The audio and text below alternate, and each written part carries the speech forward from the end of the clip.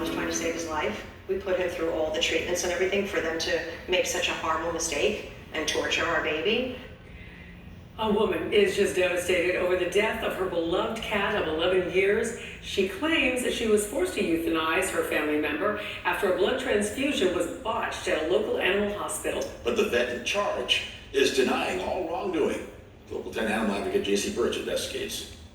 Hey guys! Sherry Cortler-Darcy is holding herself together while taking care of her other cats, but the heartbreaking recent loss of one has destroyed her. I still have nightmares that this happened to him. You know, it was murder. I mean, torture and murder. You know, I had to euthanize him, but so that I didn't let them continue to torture him any longer. I didn't have a choice. This is her baby boy Robert in much happier days, along with his 3 siblings. But in March, he was having trouble breathing, and a visit to the vet provided a cancer diagnosis. Sherry made the decision to fight for Robert's life. He was doing well. He was doing the best that he could do under the circumstances, and the tumors were shrinking. The Darcy family bounced back and forth between Animal Cancer Care Clinic in Fort Lauderdale for chemotherapy treatments and LeadER Animal Specialty Hospital in Hollywood for emergency fluid drains. But then Robert needed a blood transfusion. So a lot of people might have put him to sleep, but there are children. We were not going to give up on him. We didn't do all the chemo for nothing. Sherry claims the first portion of the transfusion went smoothly as she was receiving reports of Robert's status by text.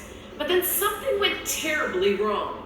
The pictures were showing him like crouched in the corner, looking terrified, looking weak. And I'm like, I want to speak to one of the doctors. Somebody needs to call. She was not prepared for what she heard next. Dr. Horton, the owner, told my husband that unfortunately somebody hooked Robert up to dog blood. He's fighting cancer. He's compromised by the chemotherapy, and now you gave him dog blood? I'm the animal advocate for Local 10, J.C. Birch. Was looking for Dr. Horgan. Dr. Horgan would not speak to our Local 10 cameras, but LeadER Vet Management did email a statement saying in part, his condition was the result of an end-stage terminal illness and infection, and despite our best efforts, no treatment would have changed the outcome. It's complete negligence and malpractice. And the admission of guilt is the discount from the blood. Why would you discount just the blood? Sherry claims this refund right here is for the blood transfusion mistake. And when she complained that she had to pay for anything at all, she was offered this release to sign in exchange for the sum of $3,086.92, releasing all responsibility and liability as to what happened during Robert's hospital stay in April. We weren't going to sign that. I couldn't believe it. That was when I decided, now you have a war. She paid for an independent, unbiased case review by veterinary malpractice consultants, which cited in her favor. And she looked at the Better Business Bureau reviews on LeadER, a 1.9 out of 5. Comments from others like, taking my cat to LeadER was one of the worst decisions I ever made.